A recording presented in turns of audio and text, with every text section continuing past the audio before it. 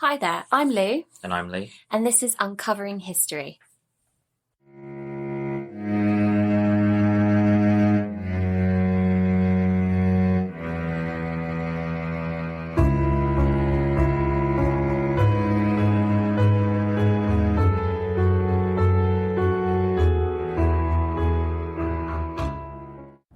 Hello everyone, and welcome to our 14th episode of the Uncovering History podcast. In today's episode, we'll be straying away from the avenues of true crime that we have frequented over the past few weeks, to delve into a more mysterious cavern of the unknown. An event that is still shrouded in mystery. And this event is none other than the Dyatlov Pass incident. Now, Lucy's done all the research for today, so I will pass you over to her. Hello everyone, yes, thank you. So I must say this case absolutely fascinates me.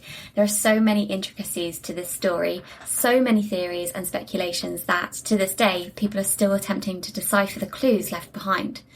Now, as always, we'll start off with a quick disclaimer that there will be items of a graphic nature discussed in this episode. However, it's all in the spirit of attempting to piece together what occurred on those mountains. Okay, so before we begin, I'll set the scene a little bit to provide some context. This incident took place between the 1st and 2nd of February in 1959 in the northern part of the Ural Mountains that run from the north to the south of Russia through the most western parts. Now, these mountains form a natural divide between Europe and Asia and extend for a total of around 2,500 kilometres, which is roughly about 1,600 miles. The mountains themselves are considered to be one of the oldest extant ranges, with an age of roughly 250 to 300 million years. These mountains are beautiful, but the terrain is really harsh and quite unforgiving. Now, the Dyatlov Pass incident was coined as such after 9 of the 10 Russian hikers died in suspicious circumstances in the Ural Mountains. The hikers were experienced, professional, and formed via the associations with the Ural Polytechnical Institute, now Ural Federal University. The group consisted of 8 men and 2 women. So I'm going to run through the people that were part of this hiking group, so forgive me for my pronunciation as they're quite difficult names. So 21-year-old Yuri Doroshenko, 20-year-old Lyudmila Dubinina, 23-year-old Georgy Krivonchenko, 24-year-old Alexander Kolovatov, 22-year-old Zenaida Kolmogorova, 23-year-old Rustem Slobodin, 38-year-old Nikolai Tibu Brino, 21-year-old Semyon Zolotarov, 21-year-old Yuri Yudin. And they were led by 23-year-old Igor Dyatlov, a radio engineering student. The purpose of the event was to complete a skiing expedition across the northern Urals in Sverdlovsk Oblast, in then Soviet Union. All of the hikers were Grade 2 hikers, who would be awarded Grade 3 upon their return after completing the requirement of 300-kilometre trek in harsh terrain. The route, which had been purposefully created, had been approved and agreed upon way before the hike had materialised. Now, the difficulty of this route was given a classification of Category 3, meaning that it would be incredibly difficult to traverse, especially given the surrounding weather that would be experienced from every direction. That would be incredibly difficult. I mean, 300 kilometres by itself is a long way, but when you bring all the elements into it as well, that would be very, very difficult. Yeah, so now we've covered some background information about the location and the hikers, we'll move on to their first day and their journey to their starting point. So the night before starting, they resided in the most northernly inhabited settlement known as Vizay, where they gathered their thoughts while preparing for the journey on the following day. On the 27th of January, they began, as a group, their first trek to Gora Ototun. However, on January the 28th, one of the group members, Yuri Yudin, had been suffering from a number of health issues, turned back due to persistent joint and knee pain, rendering him unfit to traverse the tougher terrain to come. This left 9 hikers who would continue on. Yuri Yudin would be the only survivor out of the 10 that initially set off on the 27th of January 1959, so it was almost like fate. Yeah, that would be difficult to live with afterwards as well, knowing that you would have potentially met the same fate that the other 9 did. Exactly. But I'd like to make a quick disclaimer here too before we continue. So given the timeline and the year in which this took place, namely before modern day technology, most of the information known about the events and the days that led up to the mysterious event is recounted through journals, diaries and other forms of documented evidence collected from people they spoke to, the camps they created and the route that they took. So, we'll continue. On the 31st of January 1959, the group, led by Igor Dyatlov, arrived at their first stopping point, at the edge of a highland area where they would stop and prepare for themselves for the difficult climb that lay ahead. During this time, in the surrounding areas, they collected firewood, caught food for the evening, and fashioned any additional equipment that would be of use to them. The plan was to begin the climb the next day, on the February 1st, 1959. Oh, sounds pretty standard right now. They're preparing, making the right precautions. Yeah, it sounds like a normal kind of, getting ready preparation point of the story. Yeah. So on the 1st of February 1959, the group of hikers began moving through the pass with the goal of making camp on the opposite side that evening. However, due to the worsening weather conditions and the extremely unforgiving terrain, the group became disorientated and lost, moving from their initial route and ending up further west than they had planned towards Kolatsiaki. Upon realising their mistake, with slightly better visibility, the group decided to bed down for the evening to wait out the storm at the slope of a mountain, which would usually be considered a very dangerous place to make camp, given frequent avalanches and a lack of protection from the elements. There was a safer spot just 1.5 kilometres away, protected by woodland and forested area that they chose against moving to. That seems like an odd choice given their experience to sort of deviate away from the textbook approach to safety, I guess. Well, we will get on to that decision a little bit later. Okay. So Yudin later speculated in multiple discussions that the likely scenario is that the group, and specifically Igor Dyatlov, would have not wanted to lose the altitude that they had gained over the day. It would have been seen as taking a step backwards and ultimately would have been counterproductive to their goals. There was also further speculation that suggested they could have simply wished to practice such an area. Okay, fair enough. So yeah, I guess not wanting to lose progress, that makes sense. Although it is dangerous, I guess if you're experienced and you're confident, then yeah, maybe you would make that decision. Well, at this point in the story, nothing really has gone wrong. So they're not kind of thinking worst case scenario at this point. Yeah, no, that makes sense. Now, it was agreed from a safety perspective that Dyatlov would send a telegram to their sports club as soon as they had returned back to their initial starting point of Vizay. The final date for this telegram was set at the 12th of February. However, some in the group believed the journey would take longer. A few days passed with no form of communication, and initially this did not arouse any suspicion. Moving forward to the 20th of February, the fear began to set in with the families demanding that a rescue party be sent out to find the young travellers. The groups of rescuers mostly consisted of volunteers, including some from the university.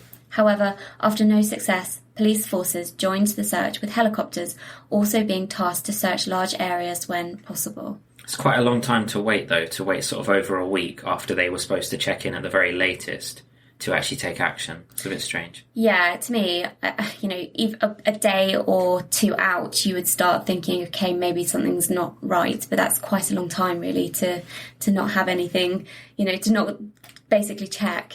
Yeah, I guess maybe just because they were all experienced and everyone sort of expected them to complete the task, they didn't worry too much, maybe. It wasn't until the 26th of February when the first discovery was made.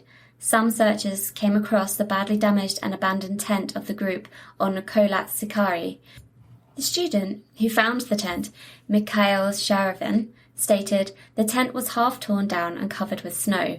It was empty, and all the group's belongings and shoes had been left behind. The part about the shoes being left behind was puzzling, to say the least. With the temperatures that the group would have been facing, the last thing they would have done would be to leave the tent and the surrounding, supposedly safe area without protection on their feet. This would have almost guaranteed health issues such as pneumonia and severe frostbite at the very least. Yeah, that's really strange. I mean, the one thing you'd want to not happen is for you to lose heat through your feet, so you'd think the first thing they would do is make sure they have the appropriate footwear on, but... And, the fact that they're all, seasoned adventurers. Yeah, I guess something must have caused them to act somewhat irrationally. So the investigators also went on to note that the tent had been cut from the inside. With the camp being full of their supplies, a trail of footprints led away from the campsite towards the nearby wooded area.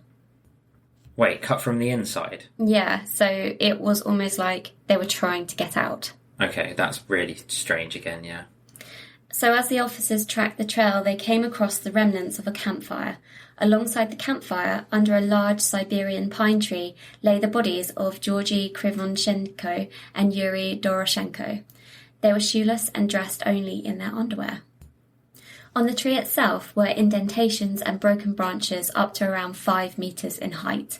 Speculations discussed the potential of one of them climbing to gain a vantage point on their current location. I guess that makes sense. If you're sort of disorientated, you don't know where you are, the best thing to do naturally, especially in places like a forest, is get to the top and try to, find a landmark. Yeah, I mean, obviously, the shoeless we've covered, but they were just literally in their underwear. They must have been absolutely freezing. Yeah, I guess you can imagine -degree temperatures would kind of go without saying at that point. So as the search continued, not far away from the camp, they came across another 3 bodies. The bodies of Igor Dyatlov, Zinaida Kolomogorova, and Rustem Slobodin. The bodies were found in positions that suggested that they were in the process of returning to the tent. They were found between 300 and 630 meters away from the tree where Krivonishenko and Doroshenko had been found. Okay, so that sounds like they got out with haste, but then they'd begun to make a plan to ensure they were safe. Well, they were trying to get back to the tent. Yeah. So, you start to wonder what had unsettled them for them to come out of the tent in the first place. Yeah, and then I guess once they got further away, they were like, maybe we need the resources that are available to us, so we have to go back. Now, finding the final 4 bodies took the search crews over 2 months. The 4 bodies of Lyudmila Dubenina, Alexander Kolvatov, Nikolai Tibu-Brinos, and Semyon Zolotaryov were found on the 4th of May 1959 under around 4 meters of snow, or 13 foot, in a ravine spanning around 75 meters that was located further into the wooded area.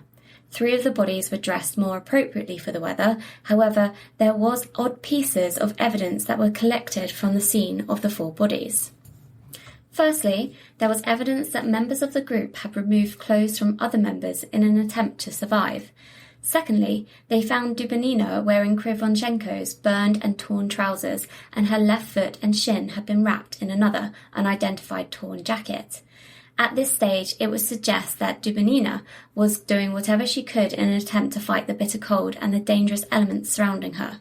That's really strange. So I guess it suggests that maybe some of them unfortunately perished while others were still alive and just, fighting desperately. So I guess in that situation you would. If cold is your enemy, you will try and wrap up as much as you can. Yeah, it does really suggest here that, like you said, some of them have died. Because I can't imagine, an alive person allowing someone else to take their clothes off in the freezing conditions. Yeah, no, I mean, I can't imagine how cold it would be. I've never experienced cold in the sort of minus 15, 20, 30 degrees, and that's what they would have been looking at, I assume. Yeah. So we've covered how the 9 victims were found and have given a base layer for their overall journey. We'll now dig into the suspicious circumstances and the investigation that followed immediately after finding the first 5 bodies. The first 5 bodies were medically examined through a post-mortem. The results showcased no injuries that would have led to their deaths. The only additional piece of evidence found was that of Rustem Slobodin had a small crack in his skull. However, it was determined that they would not have been fatal and as such was not linked to the cause of death. The cause of death for Georgy Krivoshenko, Yuri Doroshenko, Igor Dyatlov, Zinaida Kolomogorova and Rustem Slobodin was hypothermia, according to the medical reports. Moving forward to the 4 medical examinations of the bodies found in May immediately shifted the narrative away from hypothermia or other associated illnesses. 3 of the hikers in the group were found to have had fatal injuries. Firstly, Nikolai Tibu-Brino had massive skull damage, and Lyudmila Dubenina and Semyon Zolotaryov had major chest fractures. According to Boris Vozrodeny, One of the medical team and forensic expert, the force required to cause such damage would have been extremely high, comparable to that of a car crash. Notably, the bodies had no external wounds associated with the bone fractures, and if they had been subjected to a high level of pressure. All 4 of the bodies found had severe soft tissue damage to their head and face. Dibonina was missing her eyes, part of her lips, her tongue, and multiple areas of soft tissue and fragments of bone from her skull. Zolotaryov was missing his eyes, and Kolvatov had had his eyebrows forcibly removed. Boris continued on to state that he believed the injuries had occurred post-mortem due to the location of the bodies in the stream where they were found. Okay, so there's quite a lot going on there that now makes it suggest that there's been some foul play. Yeah, it's not the kind of, a crime scene where people have, just died from the elements. There now seems to be this additional sort of layer of malice, potentially. It sounds quite violent, yeah. So initial suspects were immediately tied to the Mansi people. The Mansi people were indigenous to the area in Russia. However, after discussions with multiple suspects, it was made evident that there was no motive, no evidence, so no footprints or hand-to-hand struggle or bruising, and as such, they were removed as potential suspects. They also discredited the hypothesis that their reindeers had been responsible for the crimes. Wait, that their reindeers weren't responsible? Yeah, they had to rule it out because apparently they're quite territorial and vicious. Okay. So with the temperatures reaching between minus 25 to minus 30 degrees, the next area of investigation was the lack of clothing found on multiple victims. Journalists reporting on the available parts of the files concluded that 6 of the group members died of hypothermia, the remaining 3 were of fatal injuries. The victims had died 6 to 8 hours after their final meal. Some levels of radiation were found on one victim's clothing. There was no indications of other people nearby the trail or their camp, and there were no survivors. Okay, that's quite a detailed list, I guess. Interesting to see what happens about the radiation. Yeah, I mean, you're more sciencey than I am. There is obviously radiation in our atmosphere everywhere.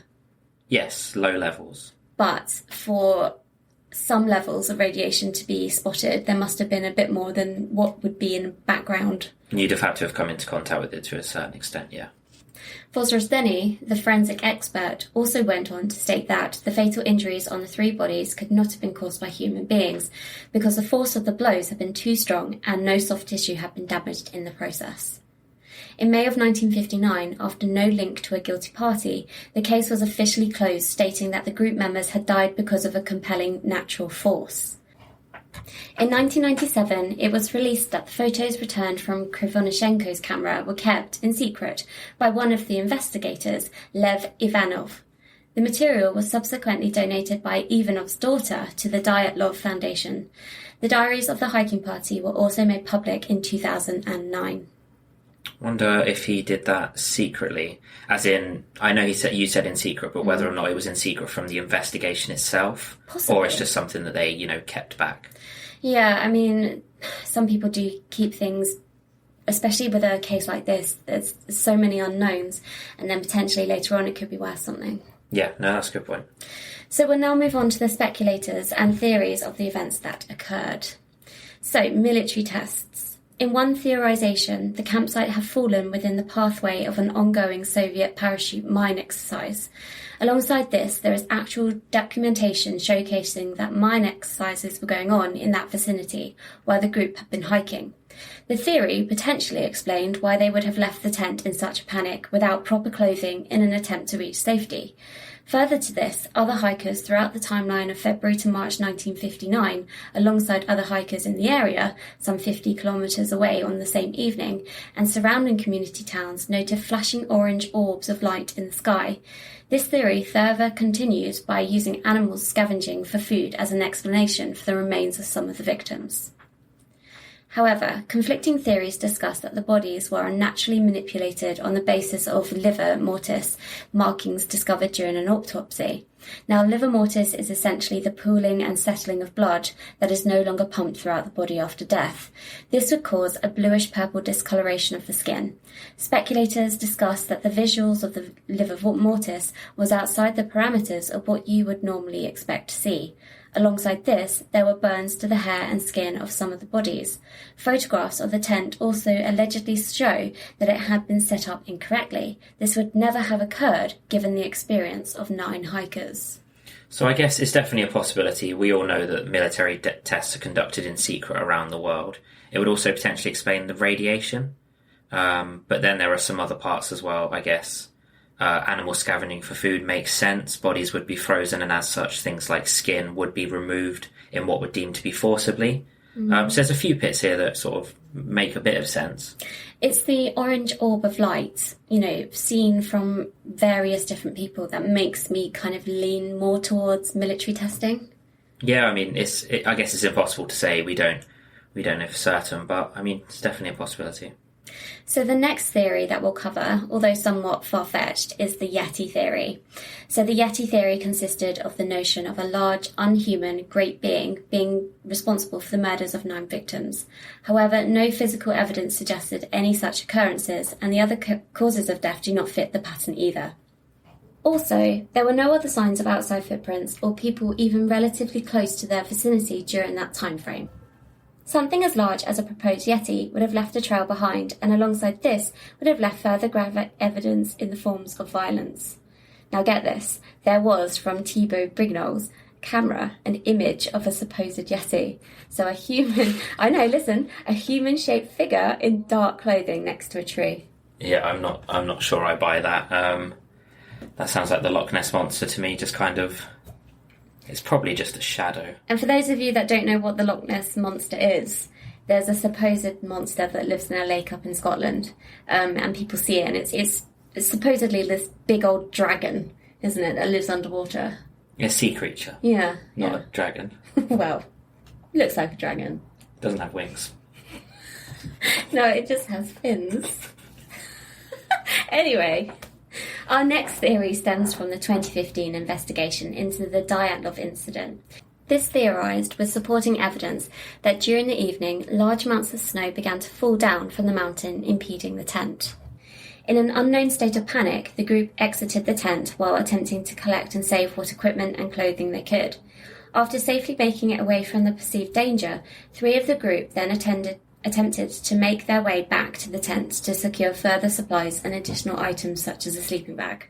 So I guess that comes back to what you said before, as in, they've made the journey, they've got out quickly, but then they've realised that they don't have the supplies to survive, and as such they have to go back to the tent, irrespective of how dangerous it is. Yeah, exactly. So the 3 bodies that were found between 300 and 630 metres away, I guess, suggested that they were attempting to make it back to the tent, and they each individually succumbed to the harsh and unforgiving elements that surrounded them. The ICRF, which is the Investigative Committee of the Russian Federation, contributed the tragedies to extremely bad weather and a lack of experience of the group leader in such conditions, which led to the selection of a dangerous camping place.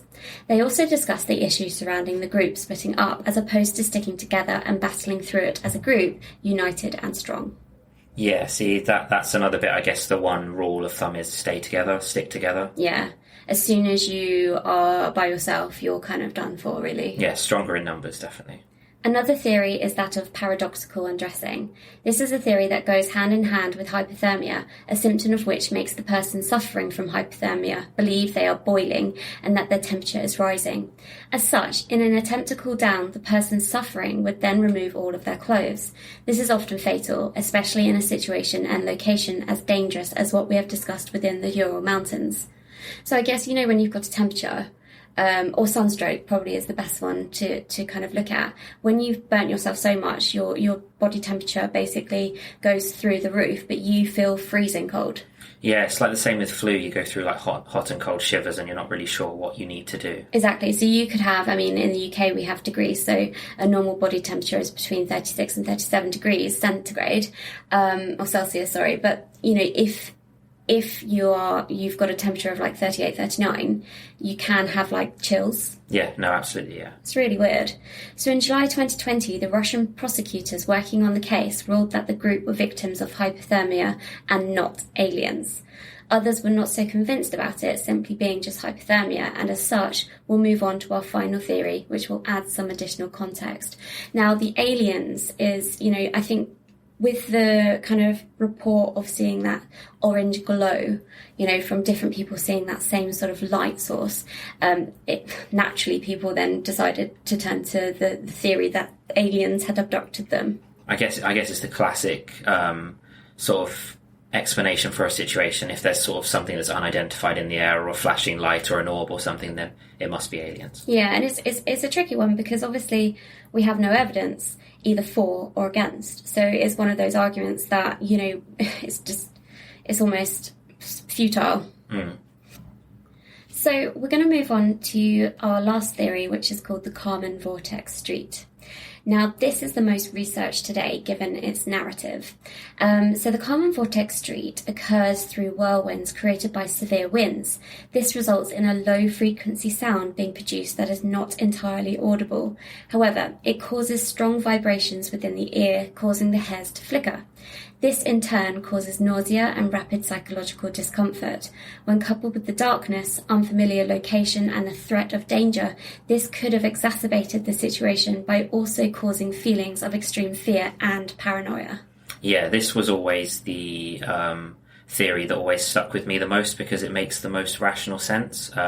We already know how dangerous the terrain was and how unforgiving the elements were, so when you couple all this together, the fear and the paranoia causing them to leave the tent without preparation and then getting away from that zone, finding some rationale and then trying to come back actually makes a lot of sense. Yeah, and I think a lot of people forget about the force of wind on mountains because we naturally assume, altitude sickness, we also assume, cold temperatures and also blazing sun, believe it or not.